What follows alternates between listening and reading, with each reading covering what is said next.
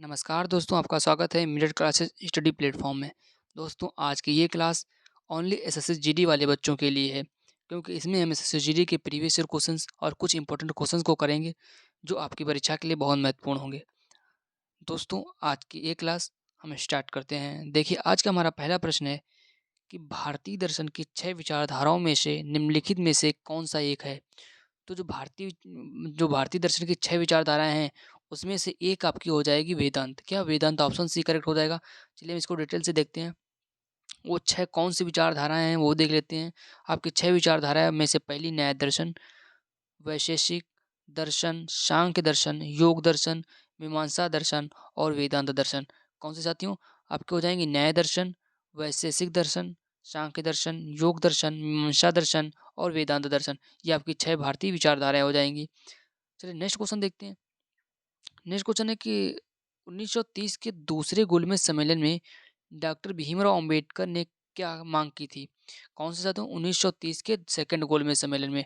तो उन्होंने यही मांग की थी कि जो आपके दलितों हैं, दलित लोग, उनके लिए पृथक निर्वाचक मंडल हो। क्या दलितों के लिए एक पृथक निर्वाचक मंडल हो? ऑप्शन सी करेक्ट हो जाएगा। चलिए इसे हम डिटेल से देखते हैं। तो दूसरा गोलमेज सम्मेलन कौन सा साथियों? 1930 के दूसरे गोलमेज सम्मेलन में भीमराव अंबेडकर ने दलितों के लिए पृथक निर्वाचक मंडल की मांग की थी। दूसरे गोलमेज सम्मेलन में कांग्रेस ने भाग लिया। किसमें? कांग्रेस ने भाग लिया था। अगला प्रश्न साथियों कि इंडिया विंस फ्रीडम नामक पुस्तक किसकी है? तो ये जो साथियों पुस्तक हो जाएगी, ये आपकी हो जाएगी मौलाना अबुल कलाम आज़ाद। कौन? मौलाना अबुल कलाम आज़ाद। आपका ऑप्शन सी करेक्ट हो जाएगा। नेक्स्ट कुछ साथियों पुस्तकें देख लेते हैं कौन सी किसकी इंपॉर्टेंट हो जाएंगी आपके लिए। इंडिया विंस फ्रीडम साथियों की मौलाना अबुल कलाम आज़ाद की। सुभाष चंद्र बोस की एक फेमस पुस्तक हो जाएगी इंडिया स्ट्रगल। क्या? India struggle. और महात्मा गांधी की एक इंपॉर्टेंट बुक हो जाएगी हिंदू स्वराज। क्या? हिंद स्वराज साथियों, हिंद ने हिंद स्वराज है। और डॉक्टर राजेंद्र प्रसाद की साथियों एक इंपॉर्टेंट हो जाएगी इंडिया डिवाइडेड। क्या? India divided. ये इंपॉर्टेंट कुछ पुस्तकें हैं। नेक्स्ट क्वेश्चन साथियों कि हिंदुस्तानी शास्त्रीय संगीत का सबसे प्राचीन रूप कौन सा है? तो हिंदुस्तानी जो शास्त्रीय संगीत है, इसका सबसे प्राचीन रूप हो जाएगा ध्रुपद। क्या साथियों? ध्रुपद। ऑप्शन सी करेक्ट हो जाएगा। चलिए नेक्स्ट क्वेश्चन देखते हैं। इसकी पहले व्याख्या देखते हैं, उसके बाद में नेक्स्ट क्वेश्चन देखते हैं। साथियों ये कि ध्रुपद जो है हिंदुस्तानी शास्त्रीय संगीत का सबसे प्राचीन रूप हो जाएगा। और ध्रुपद के निर्माता साथियों कौन है?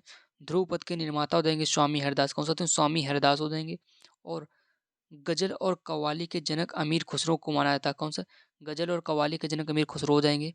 और सूफियाना नामक जो कलाम है, कौन? सूफियाना कलाम है एक सूफी समारोह है। क्या? सूफियाना कलाम एक सूफी समारोह है। नेक्स्ट क्वेश्चन साथियों कि चेराल किस राज्य की एक पुरानी पारंपरिक नृत्य शैली है? कौन सी? चेराल। तो साथियों जो चेराल है, ये मिजोरम की। कहाँ? मिजोरम। आपका ऑप्शन बी करेक्ट हो जाएगा। चलिए इसकी व्याख्या देखते हैं। चेराल एक मिजोरम का हो जाएगी पुरानी पारंपरिक नृत्य हो जाएगा। और नागालैंड का प्रसिद्ध लोक नृत्य कहाँ? नागालैंड का प्रसिद्ध लोक नृत्य जो हो जाएगा वो मुर्गा। कौन सा? मुर्गा नृत्य हो जाएगा। अगला प्रश्न साथियों है केरल में व्यापारिक स्टेशन शुरू करने के लिए पहले कौन आए थे? तो पहला जो व्यापारिक स्टेशन शुरू करने के लिए सबसे पहले आए थे वो साथियों कौन? पुर्तगाली आए थे। ओके। और पुर्तगाली भारत से वापस जाने वाले सबसे बाद में वापस गए थे भारत से, वो पुर्तगाली ही थे। और गोवा गोवा जो है इनका पुर्तगाली का निवेश था। ठीक है। और इसकी व्याख्या देखते हैं साथियों ये कि केरल में व्यापारिक स्टेशन की शुरुआत सबसे पहले पुर्तगालियों ने की थी।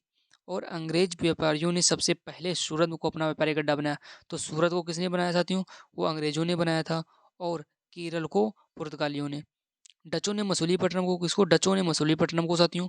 और फ्रांसीसियों ने सूरत को। किसने? फ्रांसीसियों ने सूरत को अपना पहला व्यापारिक केंद्र बनाया। साथियों ये आपके लिए इंपॉर्टेंट हो जाएगा। नेक्स्ट क्वेश्चन साथियों की चित्तौड़गढ़ के किले के अंदर विजय के प्रतीक विजय स्तंभ का निर्माण किसने कराया? तो विजय स्तंभ जो है इसका निर्माण किसने कराया? जो विजय स्तंभ है ये विजय का प्रतीक है साथियों। किसका? विजय का प्रतीक है कहाँ साथियों? चित्तौड़गढ़। इसका निर्माण कराया था राणा कुंभा ने। किसने? राणा कुंभा ने। ऑप्शन बी करेक्ट हो जाएगा। नेक्स्ट साथियों क्वेश्चन है कि किस मुगल सम्राट ने सुहेल एक कुल के विचार पर जोर दिया? किसके? सुहेल एक कुल के विचार पर जोर दिया था। तो वो आपके सम्राट कौन हो जाएगा? देखते हैं ऑप्शन में कौन कौन है। तो बाबर, शाहजहां और अकबर, हुमायूं। तो इसमें से आपका करेक्ट आंसर साथियों हो जाएगा अकबर। क्या? अकबर। ऑप्शन सी करेक्ट हो जाएगा। चलिए हम इसको डिटेल से देखते हैं। डिटेल साथियों ये कि अकबर जो है अकबर ने सुहेल एक कुल को विचार पर जोड़ दिया। और बाबर ने 1528 का बाबर ने 1528 में चंदेरी के युद्ध के अवसर पर चंदेरी के युद्ध के अवसर पर जिहाद का नारा दिया। किसका साथियों? जिहाद का नारा दिया। और मुगल बादशाहों में हुमायूं की एकमात्र शासक था। कौन? हुमायूं। हुमायूं, ठीक है। और जिसने अपने भाइयों में साम्राज्य का विभाजन किया, किसने साथियों? हुमायूं। ओके। अगला प्रश्न चाहते हो कि रॉलेट एक्ट कब लागू किया गया? साथियों रॉलेट एक्ट जो है ये 1919 कब? 1919 में। 1919 की प्रमुख एक घटना थी आपकी जलियांवाला बाग हत्याकांड का, जलियांवाला बाग हत्याकांड। नेक्स्ट क्वेश्चन चाहते हो कि किस गवर्नर जनरल ने सती प्रथा को खत्म किया? तो सती प्रथा को खत्म करने वाले जो गवर्नर जनरल थे आपके, वो थे लॉर्ड बैटिंग। कौन सा? तो Lord batting, option D correct हो जाएगा। और खत्म किसने किया था इनकी हेल्प से? वो आपके राजा राम मोहन राय। कौन? राजा राम मोहन राय साथी हो जाएंगे, जिन्हें भारतीय पुनर्जागरण का जनक भी कहा जाता है। और उन्होंने ब्रह्म समाज की स्थापना भी की थी। किसने? राजा राम मोहन राय ने। चलिए इसकी डिटेल से व्याख्या देखते हैं। है कि 1829 में सती प्रथा का समाप्त किया गया। कब? 1829 में लॉर्ड विलियम बेंटिंक द्वारा सती प्रथा का अंत किया गया। और लॉर्ड डलहौजी ने अपना क्या? लॉर्ड डलहौजी ने अपगत के सिद्धांत की शुरुआत की। किसके? अपगत की शुरुआत, सिद्धांत की जो शुरुआत की वो लॉर्ड डलहौजी थे। लॉर्ड कॉर्नवालिस को भारतीय सिविल सेवा का जनक, तो भारतीय सिविल सेवा का जनक किसे कहा जाता है? तो लॉर्ड कॉर्नवालिस को।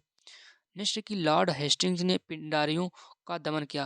तो दोस्तों आपसे पूछेगा, एग्जामिनर कहेगा कि पिंडारियों का दमन किसने किया? तो लॉर्ड हेस्टिंग्स ने। किसने? लॉर्ड हेस्टिंग्स ने। अगला प्रश्न आते हो कि केसर सांगा क्या? केसर सांगा जो है, केसर सांगा है तो क्या है? आपका तिब्बती महाकाव्य। ऑप्शन डी करेक्ट हो जाएगा, तिब्बती महाकाव्य। अगला प्रश्न आते हो कि इसकी व्याख्या पहले देखते हैं उसके बाद में करते हैं। तो आपका साथियों जो हो जाएगा केसर तांगा, केसर सांगा जो है तिब्बती महाकाव्य हो जाएगा। और नेक्स्ट आपका है तमिल महाकाव्य। तो तमिल महाकाव्य साथियों कौन सा हो जाएगा आपका?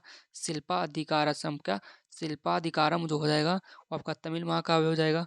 और कोंकणी महाकाव्य साथियों क्या? कोंकणी महाकाव्य आपका जो हो जाएगा वो कामोपवन, क्या? कामोपवन हो जाएगा। और जो बांग्ला महाकाव्य है वो तिलोत्तमा हो जाएगा। क्या साथियों? तिलोत्तमा हो जाएगा। तो केसर संगा तिब्बती महाकाव्य, और शिल्पाधिकारम जो हो जाएगा वो तमिल महाकाव्य, और कामोपवन जो हो जाएगा कोंकणी महाकाव्य, और तिलोत्तमा हो जाएगा बांग्ला महाकाव्य। तो आपके ये चार इंपॉर्टेंट महाकाव्य हैं अलग अलग मतलब क्षेत्रों के। नेक्स्ट आते हैं कौन सा स्मारक बादशाह औरंगजेब की बेटी आजम शाह द्वारा बनवाया गया था? किसके द्वारा? आजम शाह द्वारा।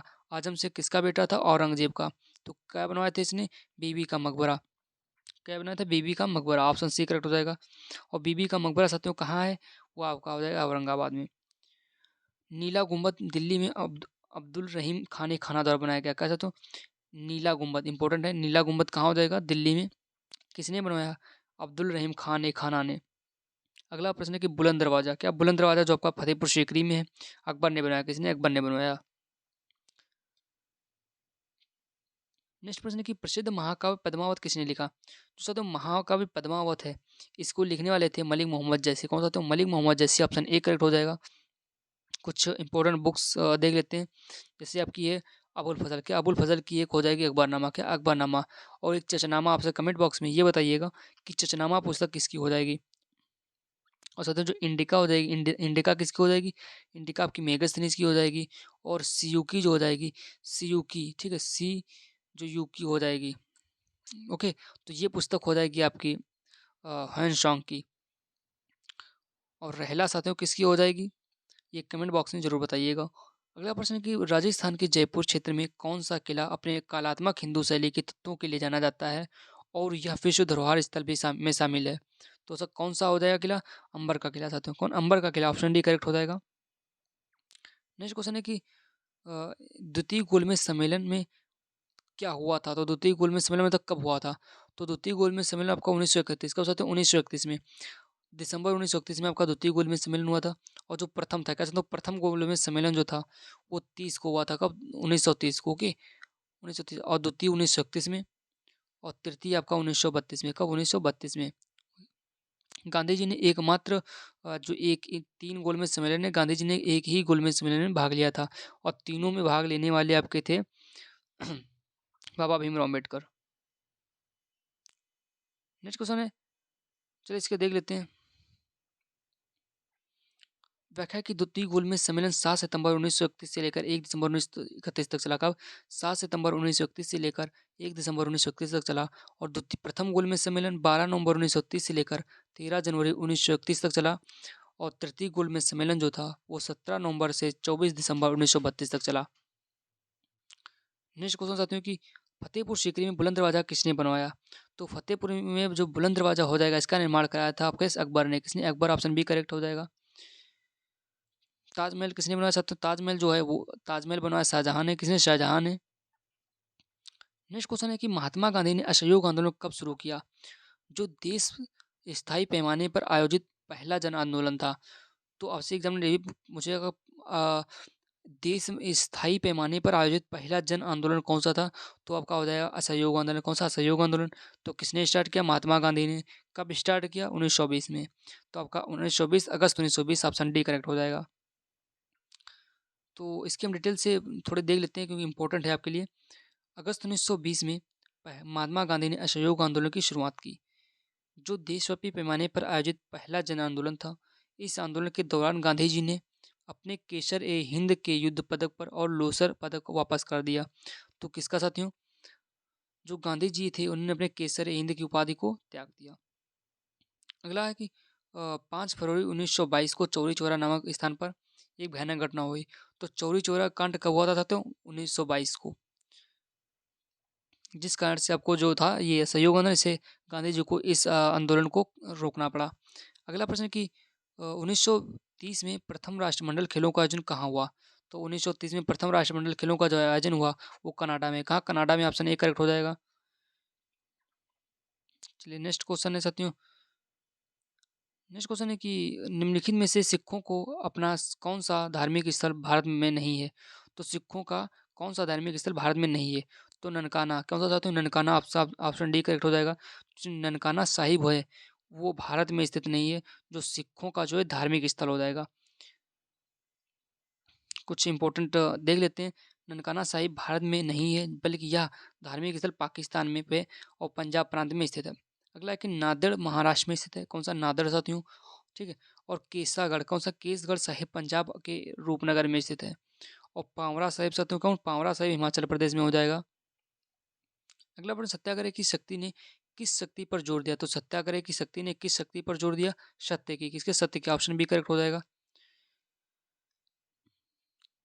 अगला पॉइंट हम देखते हैं कि सत्याग्रह का शाब्दिक साथियों अर्थ क्या होता है? सत्य के लिए आग्रह करना। और गांधी जी के नेतृत्व में 1917 में, कब? गांधी जी के नेतृत्व में 1917 में चंपारण सत्याग्रह स्टार्ट होगा। चंपारण सत्याग्रह कब हुआ स्टार्ट? 1917 में।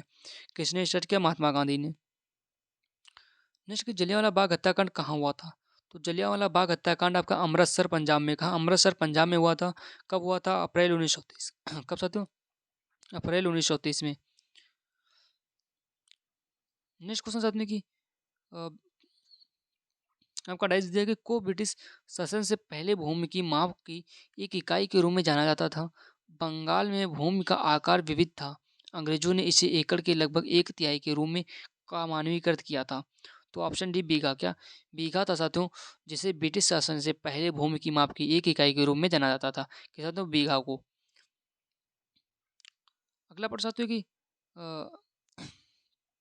अगला प्रश्न कि भारत में उपनिवेश के बढ़ने के परिणाम था। तो उपनिवेश बढ़ने का परिणाम क्या था साथियों? एकता। क्या? एकता। ऑप्शन डी करेक्ट हो जाएगा।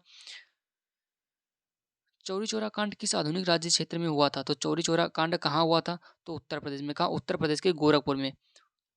कब हुआ था? 1922 ईस्वी को, जिसके कारण महात्मा गांधी को अपना असहयोग आंदोलन रोकना पड़ा था। ओके। नेक्स्ट, बंगाल में सरकार की दोहरी प्रणाली की दिमाग उपज किसकी थी? तो दोहरी प्रणाली लागू करने वाला कौन था? Lord Clive. Option C correct हो जाएगा। लॉर्ड क्लाइव हो जाएगा। कुछ इंपॉर्टेंट फैक्ट हैं वो देख लेते हैं कि बंगाल में सरकार की दोहरी प्रणाली लॉर्ड क्लाइव के दिमाग की उपज थी। द्विशासन की शुरुआत बंगाल में 1765 ईस्वी में हुई थी। लॉर्ड कॉर्नवालिस ने 1893 में स्थायी बंदोबस्त जमींदारी बंदोबस्त की शुरुआत की। किसने? लॉर्ड कॉर्नवालिस ने। तो आपसे एग्जामिनर कहेगा स्थायी बंदोबस्त की शुरुआत किसने की? तो लॉर्ड कॉर्नवालिस। कब की थी? 1893 में। अगला है कि लॉर्ड हेस्टिंग ने, किसने? लॉर्ड हेस्टिंग ने 1772 में बंगाल में दो शासन लगाया। क्या? दो शासन लगा प्रणाली। तो दो शासन प्रणाली किसकी होता है? कि लॉर्ड हेस्टिंग की। कहाँ? बंगाल में 1772 में। अगला पॉइंट है कि लॉर्ड रिपन जो है भारत में स्थानीय स्वशासन का शुरुआत की। किसी भारत में स्थानीय स्वशासन की जो शुरुआत की वो लॉर्ड रिपन ने की। अगला साथियों फैक्ट है कि अगला क्वेश्चन है हमारा कि मुगल साम्राज्य के दौरान जजिया का कर किस पर लगाया गया। तो जजिया कर किस पे साथियों लगाया गया, तो ये लगाया गया था आपका option D sorry option B जो हो जाएगा गैर मुस्लिम नागरिकों पर। किसी गैर मुस्लिम नागरिकों पर। तो इसके बारे में देखते हैं। जो मुगल साम्राज्य के दौरान जजिया कर गैर मुस्लिम नागरिकों पर लगाया गया था। जजिया कर एक प्रकार का धार्मिक कर था। ब्राह्मणों को इसे इसे छूट मिलती थी, जबकि दिल्ली सल्तनत के सुल्तान फिरोज शाह तुगलक ने ब्राह्मणों पर भी जजिया कर लगाया था। किसने? आपके जो मुगल साम्राज्य के लोग, तो उन्होंने किया था। कौन? फिरोज शाह तुगलक साथियों।